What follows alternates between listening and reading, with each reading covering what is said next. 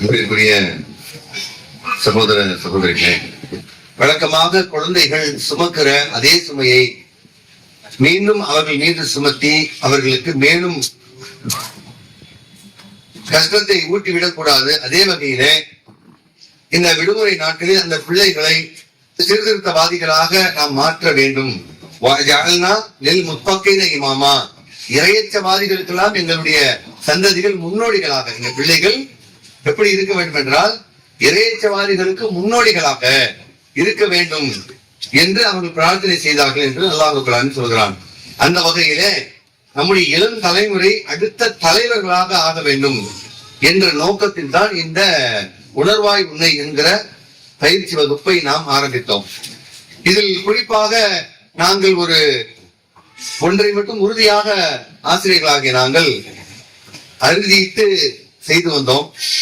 பிள்ளைகளை ஒருபோதும் மனனம், பேரிடத்தில் இதை ஒப்பித்தல், எழுதுதல் என்கிற யதார்த்தமாக அவர்கள் படிக்கிற அந்த 10 மாத கால வகுப்பை போல இதுவும் அமைந்துவிடக் கூடாது. அதே வேளையில் இது அவனுக்கு பயனுள்ளதாகவும் இருக்க வேண்டும். அப்படி என்றால் இந்த தலைப்பே அந்த செய்தியை சொல்லும், உணர்வாய் உன்னை. இது பிள்ளைங்களுக்கு மட்டும் இல்ல, நமக்கும் தேவை. வாழ்க்கையினுடைய அடிப்படையை முதலில் புரிந்து கொள்ள வேண்டும். நாம் சமீபத்தில் கூட வலைதளங்களில் சில பேஸ்புக் மாதிரியான விஷயத்துல ஒரு போஸ்டர் பார்த்தேன். வாழ்க்கையில் ஒவ்வொருவரும் தோற்று போவதற்கு காரணம் என்னவென்றால், ஒவ்வொருவரும் அடுத்தவருடைய விடைத்தாளை பார்த்து காப்பி அடிப்பது, ஒவ்வொருவரது வினாத்தாளும் வெவ்வேறு என்பதை விளங்காமல் அப்படின்னு ஒரு செய்தியை நம்ம பார்த்தோம். அது முஸ்லிம்களுக்கு ரொம்ப ஆகச்சிறந்த பொருந்துவது.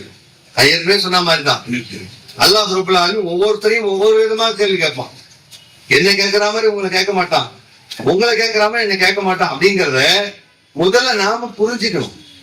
நாம அடுத்தவங்களை பார்த்துதான் என்ன செஞ்சிடறோம், உலகத்துல வீணா போயிட்டு இருக்கோம்.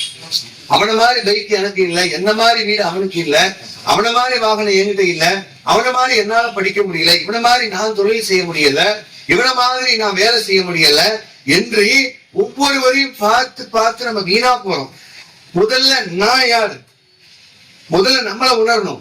இதற்கு நீங்க ரொம்ப சிம்பிளா சொல்றதா இருந்தா இறை தூதர்களை நீங்க பாருங்க.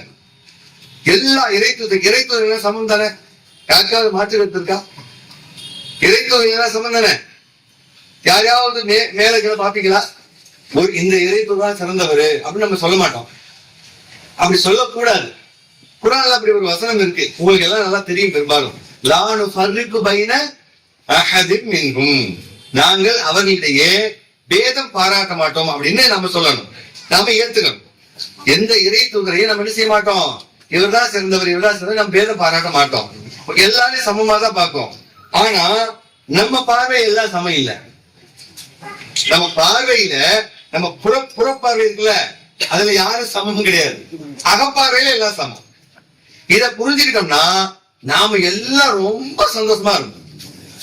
அண்ணன் மாதிரி தம்பி சம்பாதிக்க முடியவே முடியாது, தம்பி மாதிரி அண்ணனால படிக்கவே முடியாது, யார மாதிரி யாராலும் இருக்கவே முடியாது. மனப்பொருத்தத்தை தவிர இத முதல்ல நம்ம புரிஞ்சுக்கணும். சொல்றாரு, நான் உங்களுக்கு இன்னும் சொல்றதா இருந்தா 70 ஆபிள்களை ஏமாத்தி அழைச்சிட்டு போறாங்க முனாஃபிக்குகள். அழைச்சிட்டு போய் போற வழியில கழுத்தறுத்து கொண்டாங்க. ஹதீஸ் தெரியுமா? ரசூலுல்லாஹ் கிட்ட இருந்து நல்லவங்க மாதிரி நடிச்சு எங்களுக்கு குர்ஆனை கத்துக் கொடுக்க ஹாஃபில்களை கொடுங்க. ஏன்னா குர்ஆன் தானே பேஸ், அந்த நாட்டுடைய சட்டங்கள் குர்ஆன் தானே. அப்போ அன்னைக்கு எழுதி இல்ல, மனசாரோட மனப்பாடத்தில் தான் இருந்துச்சு. இப்படி மனப்பாடம் உள்ளவெல்லாம் காலி பண்ணிட்டா இஸ்லாத்தையும் காலி பண்ணிடலாம் தானே. செம பிளான் பண்ணி ரசூலுல்லாஹ்வை ஏமாத்தி அப்படியே கொண்டு போயிட்டாங்க. கொண்டு போய் அவங்க 50 பேரை அழைச்சிட்டு போய் போற வழியில அந்த 50 பேரையும் கொண்டுட்டாங்க. நபிகள் நாயகத்துக்கு வகி மூலமா ரசூலுல்லாஹ் அல்லாஹ் சொல்லி கொடுக்கவும் கவலைன்னா அப்படி ஒரு கவலை.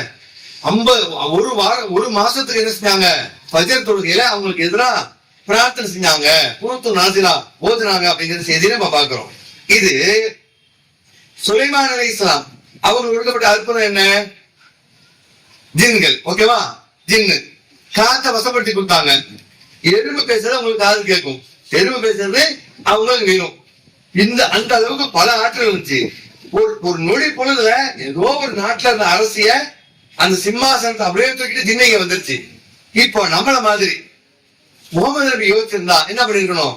இப்படி பண்ணிட்டேடா அல்லாஹ், சுலைமான் அலைஹிஸ்ஸலாம் மாதிரி எனக்கு கொடுத்திருந்தா இந்நேரம் அந்த பையன் அப்படியே கொத்தோட தீட்டு வந்து வச்சிருப்பானே, எனக்கு கொடுக்காம போயிட்டியே சொல்லல. அப்ப ஈசா அலைஹிஸ்ஸலாம் என்ன பண்ணாங்க? இறந்தவங்களை உயிர்ப்பிச்சாங்க. இறந்து போனவர்களை அல்லாஹ்வுடைய பெயரை கொண்டு, அவங்களுக்கு பேரே மசீஹ்னு பேரு. மசகு செய்யறோம்ல, மசகு தடவுதல், மசீஹ்னா தடவுபவர். தடவுவாரு குணமாயிடும், துவா செய்வாங்க குணமாயிடும். களிமண்ணால ஒரு பறவை செஞ்சு தடவுவாங்க, உயிர் வந்துடும். கண்ணு தெரியாதவங்க கண் தடவி துவா செய்வாங்க, கண்ணு தெரிஞ்சிடும். குஷ்டரோகி அப்படி தடவி துவா செய்வாங்க, வந்துடும். இந்த விஷயம் யாருக்கு இல்ல? மூசா அலைஹிஸ்ஸலாத்துக்கு இல்ல. நடனா இப்படி பண்ணிவிட்டேன், ஈசாவுக்கு இப்படி கொடுத்த, எனக்கு கொடுக்காம விட்டுட்டிய. அவங்க பார்க்கல. ஆனா எல்லாரும் இறை தூதர்னா மூசா அலைஹிஸ்ஸலாம் ஒரு கைத்தடியை வச்சு அவ்வளவு பெரிய அற்புதம் பண்ணிவிட்டாங்க இல்லையா? அப்ப நபிகள் பெருமானார் போகும் பொழுது அவங்களுக்கு நிறைய இடையூறுகள் வரும் பொழுது அவங்களுக்கு கைத்தறி கொடுத்தால, இந்த தட்டு பாலைவனமே பிளந்துரும், நீ உள்ள போய் ஜம்முன்னு உட்கார்ந்துன்னு சொல்லலையே, போய் புகையை தேடில போய் உட்கார்ந்தாங்க. அப்ப அவங்க அதை பார்க்கலையே. அப்ப ஒவ்வொரு இறை தூதருக்கும் ஒரு அற்புதம் நல்லா கொடுத்தான். யாரு யார மாதிரி என்ன செய்யல, என்னடா அவரை மாதிரி எனக்கு கொடுத்தா நான் இன்னும் சாதிச்சிருப்பேன். ஒட்டுமொத்த உலகத்தையும் அழிச்சேன், நூஹ் அலைஹிஸ்ஸலாம் கூட அப்படியே பல்கா தூக்கிட்டு போயிட்டா அப்படின்னு வேற இறை தூதர் கேட்கலையே. அப்போ ஒவ்வொருத்தருக்கும் ஒரு டேலண்ட் இல்ல, ஒவ்வொருத்தருக்கும் ஒரு சில மைனஸ். சுலைமான் அலைஹிஸ்ஸலாம் எறும்பு பேசுறத காதல வாங்கினாங்கன்னு கேட்டு சிரிச்சாங்கன்னு சொல்லிட்டு நம்ம சிரிச்சுட்டு போறோம். நினைச்சு பாருங்க, உங்களுக்கு எனக்கு அது மாதிரி பண்பு இருந்துச்சுன்னா இந்நேரம் எத்தனை கொசு பேசிக்கிட்டு இருக்கோம், நான் பேசுறது உங்க காதல விழுவாது. அதெல்லாம் உண்மை. நிம்மதியா படுத்து தூங்கிட முடியுமா? போய் வீட்டுல அதனால படுக்கிறோம், அப்பா என் மூதேவி மேல கையை போட்டுறாரு அப்படின்னு ஒரு கொசு இப்படி சொல்றேன்னு வச்சுங்களேன். ஃபார் எக்ஸாம்பிள் சொல்லுது, கேள்விக்கு சிரிப்பமா கடுப்பாகுமா? கடுப்பாயிரும். சும்மா கொங்கின்னு கத்துறது அவ்வளவு டென்ஷன் ஆகுது. இப்படி கொசு பேசுறது, எறும்பு பேசுறது, ஈ பேசுறது, பறவை பேசுறதுலாம் காதல விட்டுருவீங்க, நிம்மதியா வாழ முடியாது. நம்ம நினைச்சுக்கிட்டோம் சுலைமான் அலைஹிஸ்ஸலாத்துக்கு பயங்கர ஆற்றல், அது பெரிய சோதனை. ஆனா அதை பொருளை கொண்ட மனிதர்கள் மாணிக்கம் அவர். அப்படி பார்த்துக்கணும் நம்ம, அவ்வளவுதான். அப்போ ஒரு இறை தூதருக்கு கொடுத்தது இன்னொரு இறை தூதர் இல்ல.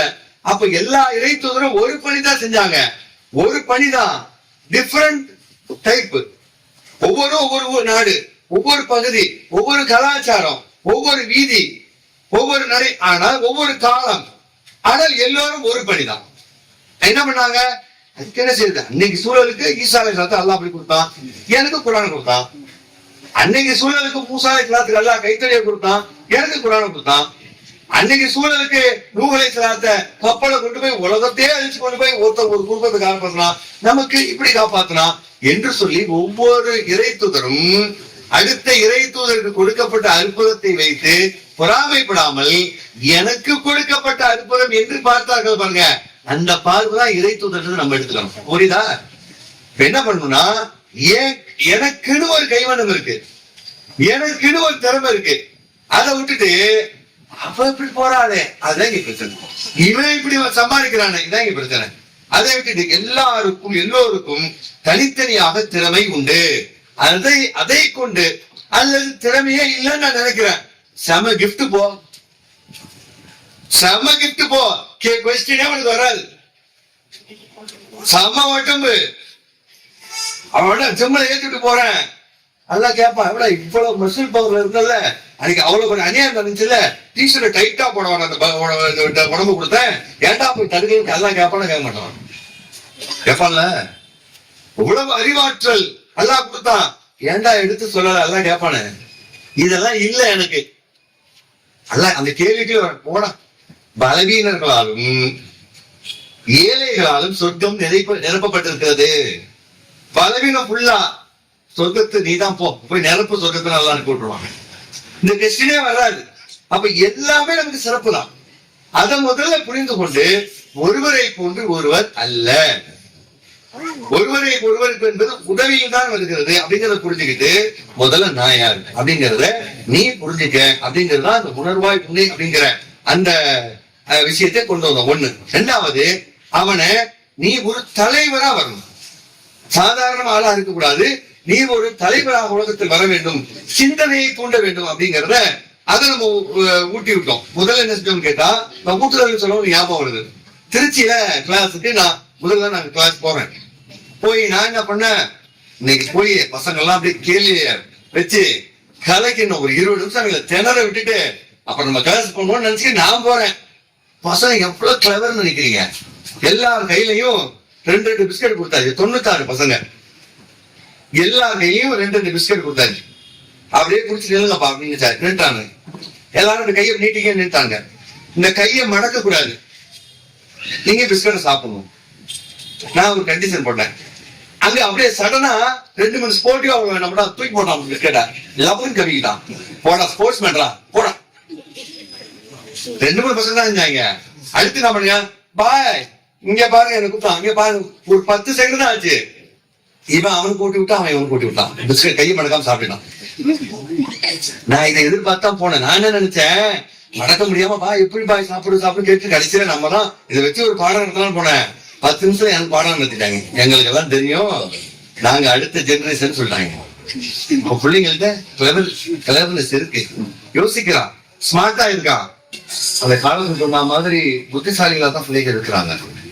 அந்த பிள்ளைகளை என்ன சொல்லணும், குறிப்பா பெற்றோர்கள் சொல்லி சொன்னா, யாரையும் பார்த்து இப்ப இங்க உலகத்துல என்ன செய்யப்படுதுன்னா, இந்த மதிப்பெண் ஸ்கூல் காலேஜஸ்ல கொடுக்கக்கூடிய மதிப்பெண், அந்த மதிப்பெண்ணை வச்சுதான் இன்னைக்கு உலகத்துல மதிப்பிடப்படும் இல்லையா? அதிக மதிப்பெண்கள் வாங்கினா அவர் பெரிய புத்திசாலி மாதிரியும், குறைந்த மதிப்பெண் வாங்கினா அவன் வந்து ஒரு சமூகத்துல ஒரு அறிவற்றவனாக இன்னைக்கு சித்தரிக்கப்படுது. மிகப்பெரிய முட்டாள்தனம் அது. இப்ப ஒரு அம்மா ஒரு ப்ரொஃபசர் இருக்கிறாங்கல்ல, பர்வீன் சுல்தானா, மோட்டிவேஷன் கிளாஸ்ல பேசுறாங்க. அவங்க படிச்சுட்டு இருப்பா. அந்த அம்மா தான் ஒரு மாதிரி ரம்மியாம பேசுனேன். நான் படிக்கிறது ஃப்ரீயான ஒருத்தி இருந்தா, ரொம்ப சூப்பரா படிப்பான். அவங்க மேல எனக்கு ஒரு பொறாமை. மோட்டிவேட் பண்றாங்க, அவங்க தன்னையே ஒரு உதாரணமாக்கி மோட்டிவேட் பண்றாங்க. பயங்கரமா படிப்பா, ஃபர்ஸ்ட் கிளாஸ் வருவா, நல்லா புரிஞ்சுக்க, அது மட்டுமே எனக்கு இல்லை அப்படின்னு சொல்லிட்டு ஸ்டூடெண்ட்ஸ் பேசுறாங்க. இந்த பிரியாவை எல்லாருக்குமே தெரியும், ஏன்னா நல்லா படிப்பா. ஆனா இன்னைக்கு நான் எங்க இருக்குன்னு அவளுக்கு தெரியும், அவ எங்க இருக்கான்னு யாருக்குமே தெரியாது. தொடர்பு புரியுதா? அவங்க தன்னுடைய ஸ்கில்ல வச்சு இன்னைக்கு உலகம் ஃபுல்லா நான் பிரபலமாயிட்டேன், நான் எங்க இடத்துல இருக்கேன்னு அவளுக்கு தெரியும். ஆனா நல்லா படிச்சுக்கிட்டு இருந்தா இப்ப அவளை எங்க இருக்கான்னு யாருக்குமே தெரியாது அப்படின்னு சொல்றாங்க. அது ஒரு விதத்துல கருத்து சரிதான். அப்போ ஸ்கில், நம்முடைய திறமை இருக்குல்ல, நம்ம திறமையை தான் என்னைக்குமே நல்லா படிச்சு அதிக மதிப்பெண் வாங்குறதுனால மட்டும் அவங்க முட்டாள சொல்லக்கூடாது, அந்த மாதிரியா பாத்திரக்கூடாது. நிறைய மதிப்பெண் இருக்கிறவங்க முட்டாள்னு பாத்திரக்கூடாது. அது மட்டுமே அறிவு இல்லை. ஒரு குழுவால ஒரு கூட்டத்தால ஏற்பாடு செஞ்சு கொடுக்கப்பட்ட ஒரு 5 புத்தகம் தான் அறிவுக்கான இலக்கணமா? அறிவுக்கான இலக்கணம் அவ்வளவுதானா? கரண்ட கண்டுபிடிச்சா ஒண்ணுமே இல்ல. நீ கரண்ட பத்தி சொல்றவனுக்கே கரண்ட ஒழுங்கா சொல்லுங்க பாப்போம். எலக்ட்ரிக்கல்ஸ் வந்து அது என்னன்னு சொல்ல தெரியாது. அவ்வளவுதான். நீங்க படிப்புல வச்சா என்ன நினைக்கிறீங்க? நீங்க எல்கேஜி படிச்சவங்க கை தூக்க பாப்போம். நான் எல்கேஜி படிக்கல, நான் டைரக்டா ஃபர்ஸ்ட் ஸ்டாண்டர்ட் காதல் தொட சொன்னாங்க. எல்கேஜி படிச்சவங்க கை தூக்க பாப்போம் ப்ளீஸ். அம்மா பியூட்டி. சரி, ஒரு பேர் எல்கேஜி படிச்சிருக்கீங்க, அப்படியே கையா இருக்கிறீங்க. எல்கேஜினா என்னன்னு தெரியுங்கிற கை தூக்க ப்ளீஸ். எல்கேஜினா என்னால சொல்ல முடியாது, ஃபுல் ஃபார்ம் என்ன? I want to know that full form. உங்களுக்கு தெரியும், நான் அப்போ நினைச்சேன் என்ன. சரி, ஓகே. வேற எல்கேஜி உங்களுக்கு தெரியும், சேர்த்து விட்டீங்களா பிள்ளைங்களை? உங்களுக்கு எல்கேஜி என்னன்னு தெரியுமா?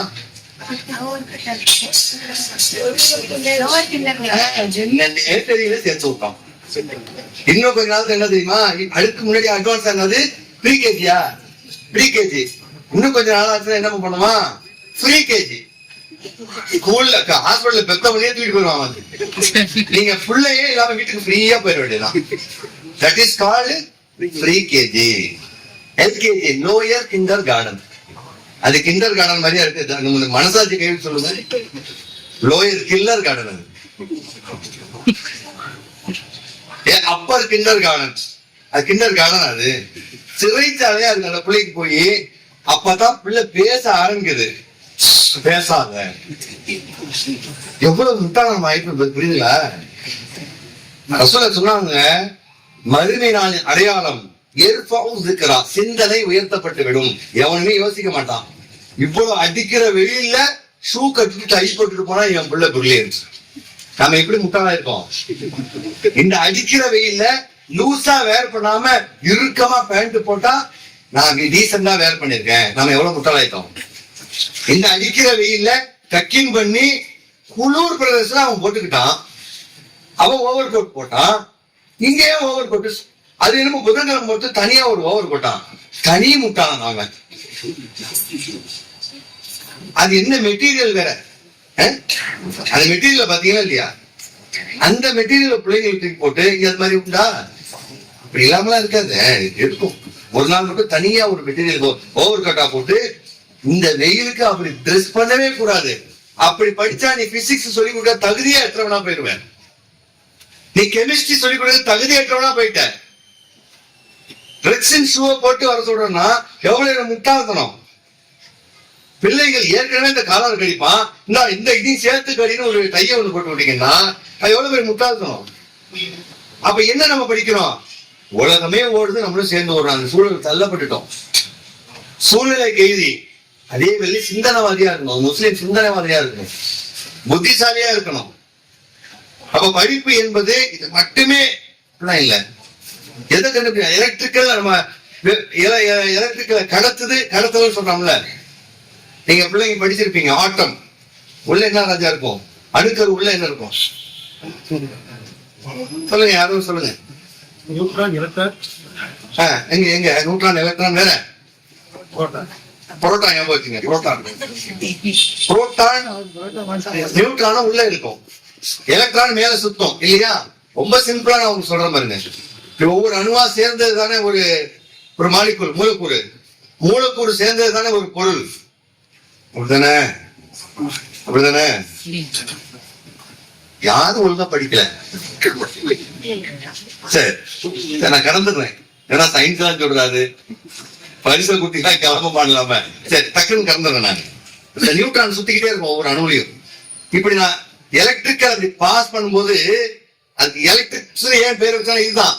இந்த எலக்ட்ரான்ஸ் சுத்துது இல்ல, இந்த அணுல இது இங்க டிராவல், இந்த அணுல அந்த டிராவல் ஆகும். அப்படி டிராவலை நகர்த்து ஈஸியா கொடுக்கறதா காப்பர். அதனால அதுல கரண்ட் கொடுக்கலாம். பிளாஸ்டிக் என்ன செய்யாது, பிளாஸ்டிக்ல இருக்கக்கூடிய அந்த அணுக்கரு இருக்குல்ல, அந்த அணுக்கரு எலக்ட்ரானை நவுத்தி விடாது. அதனாலதான் இது எலக்ட்ரிக்கலை கடத்தும், மின்சாரத்தை கடத்தும், மின்சாரத்தை கடத்தாதுன்னு பொருள். அப்படிதான் வந்துச்சு. சரி, நம்ம அதை விட்டு உள்ள வந்துவோம். இப்ப என்னன்னா, சொல்லி கொடுக்கிறவனும் தெளிவா சொல்லி கொடுக்கறது இல்ல, சொல்லி கேட்டு தெரிஞ்சுக்க போறோம் நம்மளும் தெளிவா போய் கேட்டு தெரிஞ்சுக்கிறது இல்ல. ஆனா படிக்கிறோம், ஆனா நம்ம புத்திசாலி பட்டதாரி. இப்படிதான் போயிட்டு இருக்கு. இதையெல்லாம் தாண்டி புரிந்து படிக்க ஒரு ஸ்ட்ராட்டஜி சொல்றது, 100% இன்ஜினியர்ஸ் படிச்சுட்டு இன்ஜினியரிங் படிச்சு வெளில வர்றதா இருந்தா 90% என்ன படிச்சோம்னே தெரியாம வெளில வரானா. நீங்க வர்றான வெளியில வரான்ல, என்ன படிச்சனே அவனுக்கு தெரியலையா, ஆனா அவன் இன்ஜினியரா இருக்கானா, சர்டிபிகேட் வரானா. 5% நாம என்ன படிச்சிருக்கோம்னு அவனுக்கு தெரிஞ்சு வரானா. அடுத்த பாக்கி 5% நாம என்ன படிச்சிருக்கோம், என்ன செய்யணும், எப்படி இதை பயன்படுத்தணும் ஒரு புத்திசாலியா 100 இன்ஜினியர்ல 5 பேர் தான் வெளில போய் வர்றானா. இன்னைக்கு இந்தியாவுடைய நிலைமை அது. எங்க பார்த்தாலும் இன்ஜினியரிங், கூவி. என் பையன் கூட +2 முடிச்சிருக்கான். ஒரு காலேஜ் விடாம போன் நம்பரை வாங்கி அன்னைக்கு கூட போன் அடிச்சிட்டான்.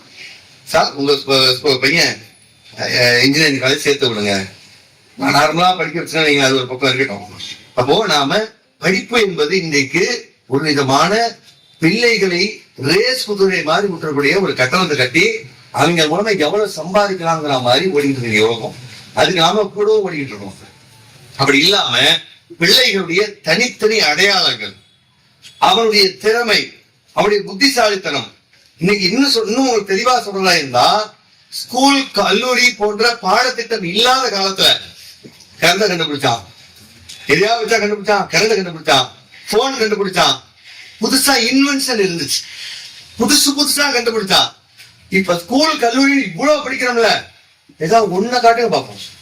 இப்ப நம்ம படிக்கிறது எல்லாமே டெவலப்பிங், இருக்கிறத படிக்க விட்டேன். ஏன்னா எனக்கு இருக்கிறத படிக்க சொல்லணும்னா, எங்க போனை பத்தி படிக்க விட்டா நான் போனை தான் படிப்பேன். இதுல உடனே டேட்டா சயின்ஸ்ங்கிறான், அந்த சயின்ஸ்ங்கிறான், உடனே ஏஐங்கிறான். இதை பத்தியே படிச்சு இதை பத்தியே சிந்திக்க விட்டாங்க.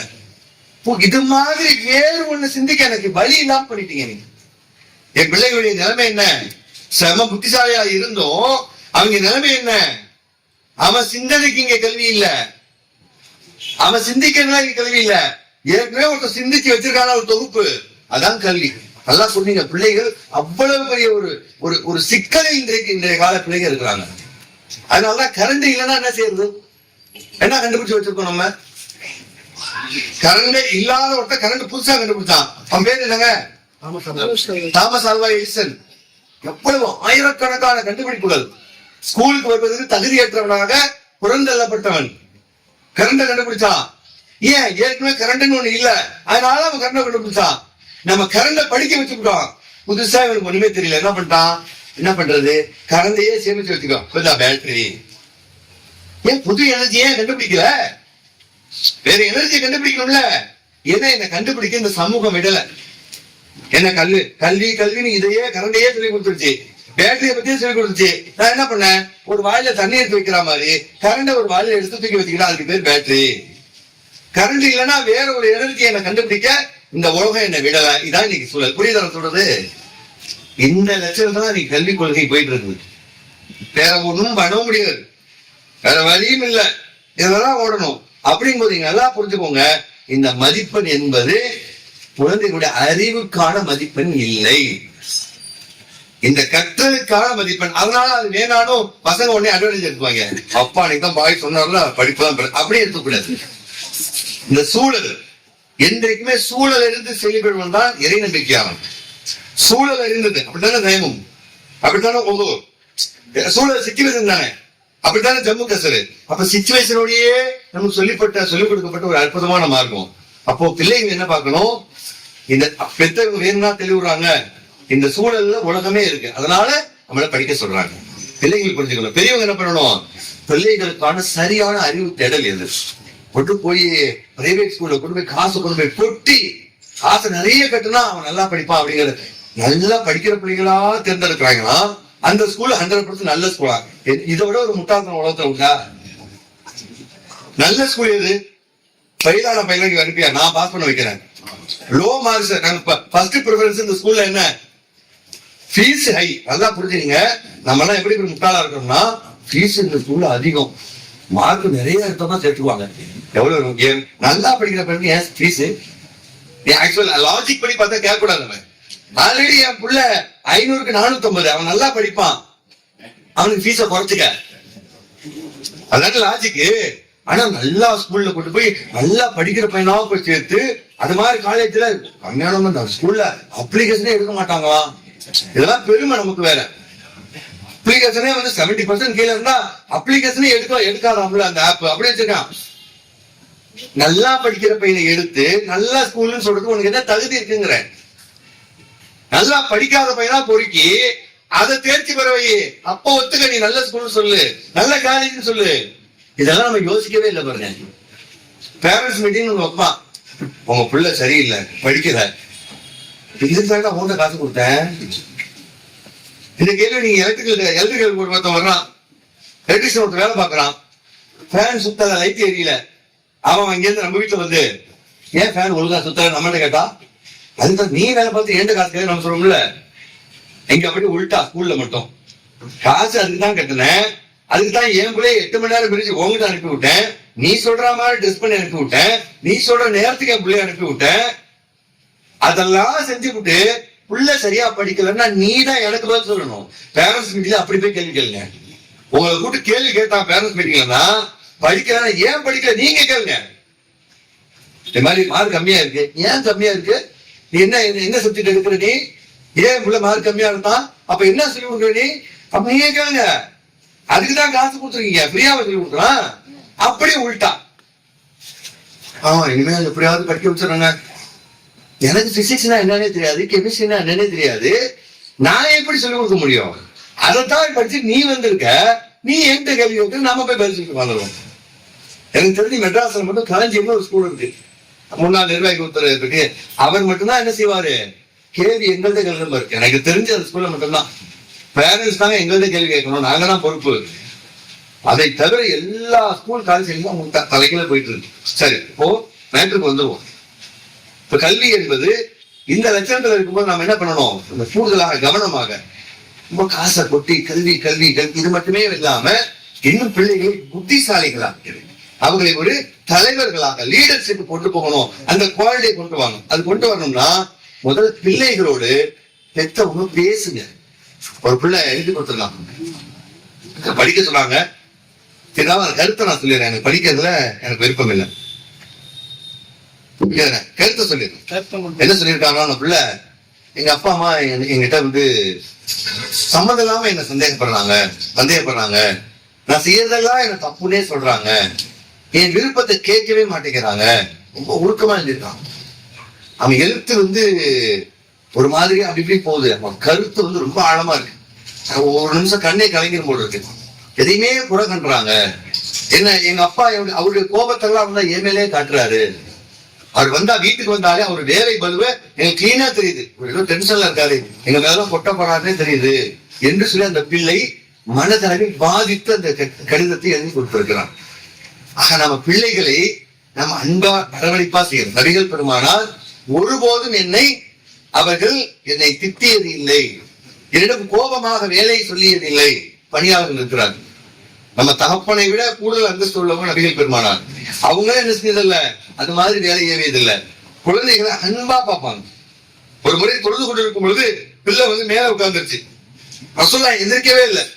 அந்த பிள்ளை எழுந்த பேர குழந்தை எழுந்த பிறகுதான் சஜ்ஜாவிலிருந்து எழுந்தார்கள் அப்படிங்கிற செய்தியை நம்ம பார்க்கிறோம். குழந்தைகளுக்கு எவ்வளவு முக்கியத்துவம். நீங்க நானும் குறுக்க போனாக்கா போரிடணும், பிள்ளைங்க வந்து குறுக்க உட்கார்ந்துக்கிட்டா அதுங்க இஷ்டம் தான். அந்த அளவுக்கு குழந்தைகளுக்கு வந்து மார்க்கத்தில் அனுமதி தரப்பட்டிருக்கிறது என்றால் பெற்றவர்கள் குழந்தைகளும் முதலில் அமர்ந்து பேசுங்க. பெற்றவர்கள் அவன் பிள்ளை என்ன பாக்குறான், என்ன வேலை ஏவுறாங்கன்னு பாக்குறான். நீங்க அவனை பயிற்றுவிக்கிறீங்க அப்படிங்கறத புரிய வைங்க. தங்கம் நான் வேலை ஏவுல, இதோட பயிற்சி அப்படிங்கிறத அவனை முதல்ல பேசுங்க. அவன்கிட்ட மனதார உட்கார்ந்து பேசுங்க. அதுக்கு ஒரு நேரத்தை எடுங்க. இந்த செல்போனை தூக்கிக்கிட்டு இன்னைக்கு எங்க பார்த்தாலும் குழந்தைகளுக்கு என்ன செய்ய வேண்டியது, எடுத்த உடனே அந்த பிள்ளை சாப்பிட மாட்டேங்குன்னு சொல்லிட்டு எல்லா வீட்லயும் ஒரு பொம்மை படத்தை அவங்க ஓட விட்டு அதை பார்த்து போட்டு நோயாவே மாறிடுச்சு. எந்த வீட்டுல பார்த்தாலும் செல்போன் அதை காட்டி காட்டி இப்ப என்ன ஆச்சு, அவன் என்ன பாக்குறான் என்ன செய்யறான் ஒண்ணுமே செல்போனே கதியமாக எல்லாம் தலை குனிஞ்சு இன்னைக்கு உலகமே தலை குனிஞ்சு நிக்குது. செல்போனை பார்த்து பார்த்து பார்த்து பார்த்துக்கிட்டே. அப்ப இந்த செல்போனை கொஞ்சம் தூரம் போட்டுட்டு முதல்ல குழந்தைகளோட உட்கார்ந்து பேசி கொஞ்ச நேரம் ஜாலியா சிரிச்சு பேசுங்க. உங்களுடைய கடந்த கால அனுபவங்களை அவங்கள்ட்ட சொல்லுங்க. நம்ம என்ன பண்ணுவோம், அவளை கஷ்டப்பட்டோம் அது மட்டும் சொல்லுவோம். நாங்க எவ்வளவு ஜாலியா இருந்தோம் சொல்லுங்க. நாங்க எப்படி ஆத்துல குளத்து குடிச்சோம், அன்னைக்கு சூழல் அப்படி இருந்துச்சு, நாங்க அந்த புளியங்காவை அவ்வளவு ருச்சி சாப்பிட்டோம், இன்னைக்கு நீங்க என்னென்னமா பெரிய பெரிய சாக்லேட் சாப்பிடுறீங்க, அது தராது என்பது அது எனக்கு தந்தது. அந்த பழங்கால நினைவுகளை அவங்களுக்கு பிக்சரைஸ் பண்ணுங்க, அதை ரசிக்க வைங்க. எங்க டிராவல் போறீங்களா, கார்ல போகக்கூடிய ஃபேமிலியா இருந்தா கார்ல போயிட்டு இருக்கும்போது பிள்ளையோட பேசிக்கிட்டே போங்க. பிள்ளைங்கள்ட்ட என்னென்னலாம் உங்களுக்கு தெரிஞ்ச, கார் கெடுத்து எவ்வளவு கஷ்டப்பட்டேன், அன்னைக்கு நாங்க சைக்கிள் ஓட்டு எவ்வளவு அடி விழுந்துச்சு, நீங்க பிள்ளைங்க விழுந்து அடிப்பட்டு எங்கேயாவது சைக்கிள் கெடுத்தா இல்ல சப்போர்ட் வீல், அன்னைக்கு பின்னால சப்போர்ட் ஒரு அண்ணன் ஒருத்தர் வரணும், இப்படி சீட்டை பிடிச்சிட்டே வருவாரு, திடீர்னு கை எடுத்துருவாரு, அது வரைக்கும் தெரியும் அவர் இல்ல போய் விழுந்துருவோம், விழுந்துருவோம். இன்னைக்கு பிடிச்சிக்கிறேன்ப்பா uncle, I know that you can go அப்படின்றான். எனக்கு சப்போர்ட் வீல் இருக்கு, உங்க சப்போர்ட் எனக்கு தேவையில்லை அப்படியே ஓட்டுறான். எப்ப சைக்கிள் கத்துட்டா எப்ப பைக் கத்துக்கிட்டா எல்லாம் வந்துருச்சு. அப்ப என்ன அந்த பழைய அனுபவங்களை அவங்க எடுத்து சொல்லுங்கள். அவர்களோடு பேசுறது இருக்குல்ல, அது ஒரு அற்புதமானது. நீ உங்களுக்கு சொல்ல தெரியல, எல்லாருக்கும் இன்பமான பேச தெரியாது, வடிச்சு வந்து அப்படிலாம். ஆனா நீங்க அப்படி நினைச்சுக்கிறீங்க, நீங்க உங்க அனுபவம் என்னவா இருந்தாலும் அவங்களுக்கு வந்து அது ஒரு அற்புதமான வழிகாட்டுது. அது உங்களுக்கு பேச தெரியட்டும் தெரியாம இருக்கட்டும், நீங்க அவங்க குழந்தைகளோடு பேசினீர்கள் என்றால், அவர்களோடு அமர்ந்து உடைய கடந்த கால கருத்துக்களை பகிர்ந்து கொண்டால் பிள்ளைகளுக்கு அது மிகப்பெரிய ஒரு தெளிவாக, அது ஒரு நல்ல வாழ்க்கை துணையாக அமையும். குழந்தைகளோடு தகப்பம் பேசி என்ன பண்ணுங்க, ரசூலுல்லாஹ் சொல்றாங்க, இந்த உலகத்தில் ஒரு தந்தை குழந்தைக்கு சேர்த்து வைக்கும் சொத்துகளிலேயே மிக அற்புதமான சொத்து நல்லொழுக்கம் என்றார்கள். நல்லொழுக்கம் என்பது சொல்லி வருவது அல்ல, நன்றாக புரிந்து கொள்ளுங்கள், செய்து கடத்துவது. நல்லொழுக்கங்கிறது பொய் சொல்லக்கூடாது, ராஜா இது மாதிரி போகக்கூடாதுப்பா, கெட்ட வார்த்தை பேசக்கூடாதுப்பா, தொழுவுப்பா, அப்படி சொல்றது இல்ல. நான் போய் சொல்ல மாட்டேன்டா. பார்த்திருக்கேன் என்னைக்காவது நான் போய் சொல்லி, அதுதான் ஒழுக்குங்கிறது. கரெக்டா தொழுவணும்பா. எப்ப நான் தொழுகிறது அதை சொல்லணும். நான் அது கெட்ட வார்த்தை பேசுறதே இல்லப்பா, பேச மாட்டேன்ப்பா. எவ்வளவு கோபத்துல கூட அப்படி நினைக்கும். அது மாதிரி எனக்கு சக்தி சேர்ந்துச்சு. நான் திருந்திக்கிட்டதா, போவே இல்லையே. நான் சிகரெட்டை தொட்டு கூட பார்த்தது இல்லத்தா. அது மாதிரி எனக்கு ஒரு சூழல் வந்து தூக்கி எறிஞ்சிட்டா சொல்லிப்பாங்க. அதை யாரும் செய்யறது இல்ல. எடுத்து வச்சு படுறா, நீங்க படிக்க முதல்ல. எடுத்து வச்சு ஓதுறா, நீங்க ஓதுங்க. அது செய்யறது இல்ல. அப்போ ஒழுக்கம் என்பது சொல்வது அல்ல, கடத்துவது. என்னிடமிருந்து அவனிடம் கடத்துவதுதான் ஒழுக்கம். ஆகவே நான் தொழுது அவனை தொழ சொல்லணும், நான் ஓதி அவனை ஓதச் சொல்ல வேண்டும், நான் நல்லொழுக்கத்தை பேணி என் குழந்தையை பேண வேண்டும். அந்த பிள்ளை எங்கேயோ வந்துடுவான். நிச்சயமா பிள்ளைகள் ஒரு நேரம் அல்ல ஒரு நேரம் சிந்திப்பார்கள். அவருக்கு சிந்தனையை தூண்ட அமர்ந்து அவனை வேலை சொல்லுவோம். நமக்கு ஒரு தம்பியை சொல்லாம அவனை மட்டும் சொல்லுவோம். பிள்ளைகளுடைய பார்வை இருக்க முடியும்னா எப்ப பார்த்தாலும் என்னையே சொல்றாங்க. நாம் அனுபவிக்கல போல அதை சொல்லுங்க. நாம் அனுபவிக்காததான். எங்க வீட்டுல நான் அண்ணன், எனக்கு கீழே ஒரு தம்பி இருப்பேன். எதுக்கு நம்ம அனுப்ப மாட்டாங்க, என்னதான் அனுப்புவாங்க. அப்ப அவ்வளவு கோபமா இருந்துச்சு. இன்னைக்கு எவ்வளவு அனுபவமா இருக்குது. இப்ப அது நமக்கு இப்பதான் தெரியுது. இப்ப பெருசா பழக்கம் தெரியுது. சின்ன வயசா இருக்கும் கோபமா தான் தெரிஞ்சு அவன் சொன்னா புரிஞ்சுக்கலாம். என்ன எக்ஸ்பீரியன்ஸ். தோல்வின்னு ஒண்ணுமே கிடையாது. தோல்வின்னு நம்மளா அந்த வார்த்தையை பயன்படுத்தாது. தோல்வி அல்ல, அது அனுபவம். அதனாலதான் ஒரு முஸ்லீம் 2 முறை கொட்டுப்பட மாட்டான். அப்ப அனுபவிச்சா பிறகு திருந்திக்குமா, அதை அந்த குழந்தைக்கு சொல்லிக் கொடுக்க வேண்டும். பிறகு இரண்டாவதாக பிள்ளைகள் நம்முடைய தாய் தகப்பன் நமக்கு கொடுத்த வரப்பிரசாதம். நபிகள் நாயகம் சொல்றாங்க, நாம செலக்ட் பண்ணவே இல்லை ராஜா. நம்ம அத்தா அம்மா நம்ம செலக்ட் பண்ணலாமா? நாம செலக்ட் பண்ணல. இவங்கதான் உங்க அப்பா, இவங்கதான் உங்க அம்மான்னு அல்லாஹ் அனுப்புனது. அல்லாஹ் அனுப்புன கிஃப்ட போய் நாம உதாசனப்படுத்தாமா? முதல்ல நாம புரிஞ்சுக்கணும். அதை இந்தப்பா இந்த ஊர்ல இந்த அம்மாவுக்கும் இந்த அப்பாவுக்கும் நீ பிறக்கிறன்னு அல்லாஹ் கொடுத்துருக்கும் போது அல்லாஹ் அனுப்புன தப்பா இருக்குமா? அதை முதல்ல நாம புரிஞ்சுக்கணும். அப்ப என்ன பண்ணணும்? முதல்ல அவங்களுக்கு உபயோகப்படுத்தணும். அவங்க சொல்றத மதிக்கிறது. சரி, அப்படி இல்லையா, எனக்கு இது மாதிரி ஃபீலா இருக்கு, உட்கார்ந்து கூட சொல்லுங்க. இந்த உலகத்திலேயே நான் நட்பு கொள்வதற்கு, ஃப்ரெண்ட்ஷிப் செய்வதற்கு தகுதியானவர் யார்? ஒருத்தர் கேட்கிறார். உங்களுடைய தாய். ஃப்ரெண்டு ஃபர்ஸ்ட் பெஸ்ட் ஃப்ரெண்டு அம்மா தான். அம்மாட்ட போய் இந்த மாதிரி எனக்கு ஃபீல் ஆகுதுமா சொல்லுங்க, இது மாதிரி எனக்கு ஒரு உணர்வு ஏற்படுதுமா சொல்லுங்க அம்மாட்ட. 2வது தாய், 3வது தாய். 3 இடத்துல பெஸ்ட் ஃப்ரெண்ட்ல 3 இடத்துல அம்மா, அதுக்கு அடுத்தது அப்பா. அப்போ அம்மாட்ட போய் ஷேர் பண்ண சொல்லணும், நல்லா இருக்கு எனக்கு அப்படி தோணுது. அப்பா அவங்க சொல்லுவாங்க, இல்லப்பா இதுக்குத்தாமா அம்மா அப்பா அப்படி சொல்றாரு, இதுக்குதான் நான் சொன்னேன். அவங்க நம்முடைய கஷ்டத்துக்கு தான். எந்த தாய் தாப்பனும் சரி அவங்களுக்காக உழைக்கிறதே கிடையாது. நமக்கு நம்ம அம்மா அப்பா உழைச்சாங்க, அதுதான் நம்ம காலத்துக்கு அப்புறம் உடம்பு வளர்ப்போம், அறிவு வளர்ப்போம் வந்துட்டோம். இப்ப எனக்கா நான் உழைக்கிறேன், உங்களுக்கா நீங்க இல்லவே இல்லை. இனி அடுத்த தலைமுறைக்கு உங்களுக்கு தான் அவங்க உழைப்பாங்க. அவங்க காசு சேர்க்கறது எல்லாமே உங்களுக்கு, அவங்க சேர்த்து வைக்கிற அறிவு எல்லாம் உங்களுக்கு. அப்போ பிள்ளைகள் நாம என்ன பண்ணணும்? தாய் தப்பு சொல்றத புரிந்து கொள்ள வேண்டும். நபிகள் நாயகம் சொல்றாங்க, சொர்க்கம் செல்வதற்கு ஒரு அற்புதமான ஒரு வாய்ப்பு யாரு? தாய் தகப்பன். யாரேனும் வீட்டில் தாய் தந்தையில் இருவரில் ஒருவரோ இருந்தும் சொர்க்கம் செல்லாதவன் நாசமா போகும் சொல்றாங்க. அப்படி ஒரு சான்ஸ் உனக்கு அல்லாஹ் கொடுத்திருக்கிறான். அந்த சான்ஸை பயன்படுத்தி யூஸ் பண்ணி நீ சொர்க்கம் போகலன்னா நீ முட்டாள் தான், நீ நாசமா போறது தகுதிதான் அப்படின்னு சொல்றாங்கன்னா, அப்போ தாய் தந்தை என்பவர்கள் அவர்கள் நமக்கு நல்லவற்றுக்கு தான் சொல்வார்கள் என்பதை குழந்தைகள் நாம் புரிந்து கொள்ள வேண்டும். அப்ப இந்த இருதரப்பு புரிந்து கொள்ள வேண்டும் என்றால் முதலில் அமர்வு பிள்ளைகளோடு பேசுங்கள். உங்க பிள்ளை முட்டாள்கள் கிடையவே கிடையாது, முட்டாள் கிடையவே கிடையாது. அவன்கிட்ட வேற ஏதோ திறமை இருக்கு, அத முதல்ல நீங்க உணர்ந்துக்கோங்க, அதை புரிந்து கொள்ளுங்கள். பிள்ளைகளுக்கு பெரும் ஆறுதலை தாருங்கள். இல்லப்பா இன்னைக்கு எல்லாம் நாளைக்கு, ஆனா இந்த வருத்தம் இன்னைக்கு வருத்தம் என்ன பிரயோஜனம்? இன்னைக்கு மார்க்கு கம்மி ஆயிடுச்சுன்னு இன்னைக்கு வருத்தப்பட்டு ஏதாவது பிரயோஜனம் இருக்கா? இந்த 1 வருஷத்துக்கு முன்னாடியே யோசிச்சிருக்கணும். அப்போ இந்த மார்க் இதுக்கப்புறம் யோசிப்பு, அடுத்த ரிசல்ட் வர்றப்ப இப்படி யோசிக்காம இருக்கணும்னா இதை தூக்கி போடு. இனி இது மாதிரி ஒரு இது ஷெட்யூல் போடு, ஒரு அட்டவணை படுத்து இப்படி படி, இப்படி புரிந்து கொள், இப்படி வகுத்து செய் என்று நாம் பிரித்து கொடுத்தோமே அது பிள்ளைகளுக்கு நாங்க இருக்கோம் என்கிற அந்த பெற்றோருடைய அந்த கரம் இருக்கிறதே, அந்த கரம் தான் வலுவானது. அந்த கரத்தை கொடுத்து பிள்ளைகளை பலப்படுத்தக்கூடிய ஒரு அற்புதமான ஆற்றல் பெற்றோராகிய நமக்கு இறைவன் தந்திருக்கிறான். அந்த வகையில் பிள்ளைகள் அனைவர்களுமே புத்திசாலிகள் தான் என்பதை முதலில் அவர்களை புரிய செய்யுங்கள். உண்மை மாதிரிதான் அதை புரிந்து கொண்டு நம்முடைய வாழ்க்கையில இருக்குமே, இங்க உட்கார்க்கிற ஒவ்வொருத்தருக்கும் ஒரு தர்மம் இருக்குமே. நான் ஒரே மாதிரி ஒரு கிலோ மீனை வாங்கிட்டு உங்க கையில தரேன், ஒரே மாதிரி அடுப்பு, ஒரே மாதிரி சட்டி, ஒரே மாதிரி மசாலா, ஈக்குவலா உங்களால மீன் குழம்பு வைக்க முடியுமா? ஒரே மசாலா, ஒரே தண்ணி வைக்க முடியுமா? முடியாது. ஒரே மீன் தான், ஒரே கறிதான், ஒவ்வொரு கைப்பக்குவமும் வேற. அதுதான் ஒவ்வொருடைய அறிவுத்திறமும் வேற, ஒவ்வொருடைய தனி ஆற்றலும் வேற. ஆகவே அந்த விதத்தில் அதுக்குன்னு மீன் குழம்பா கறி குழம்பா வைக்கிற கூடாது இல்ல. அதுதான் கல்வி. டேஸ்ட் மாறலாம், இது மீன் குழம்பா இதுங்கிற இருக்க கூடாது இல்ல. டோட்டலாவே அதுதான் கல்வி. கொஞ்சம் டிஃபரா ஆகலாம், அதுக்கு ஒரேடியா தலைகீழ போய் டிஃபரெண்டா போய் காட்டுறாங்க அப்படி போயிடக்கூடாது இல்ல. அந்த வகையில் கல்வியை படிக்கிறது. இதுதான் இந்த புரிந்துணர்வு. இந்த புரிந்துணர்வு இருந்தால் நாம் நாளைய வெற்றியாளர்கள் என்பதை புரிந்து கொண்டு எல்லாம் அல்ல அல்லாஹ் ரப்பல் ஆலமீன் நம்முடைய நல்ல வெற்றியாளர்களாக ஆக்கிய அல்ஹம்துலில்லாஹி.